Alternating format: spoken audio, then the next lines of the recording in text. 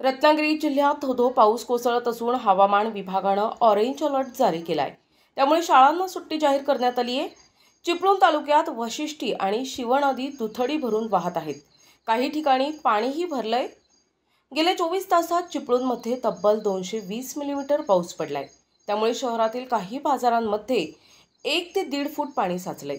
संभाव्य परिस्थितीचा सामना करण्यासाठी शहरात 11 ठिकाणी नगरपालिका, महसूल, पोलीस आणि NDRFची पथके तैनात करण्यात आली आहेत। तसेच 5 ठिकाणी बोटींची व्यवस्था करण्यात आली आहे। प्रशासनाने नागरिकांना कामाशिवाय घराबाहेर न पडण्याचं आवाहन केलंय। तसेच कोणत्याही अफवांवर विश्वास ठेवू नये असेही आवाहन करण्यात आलंय।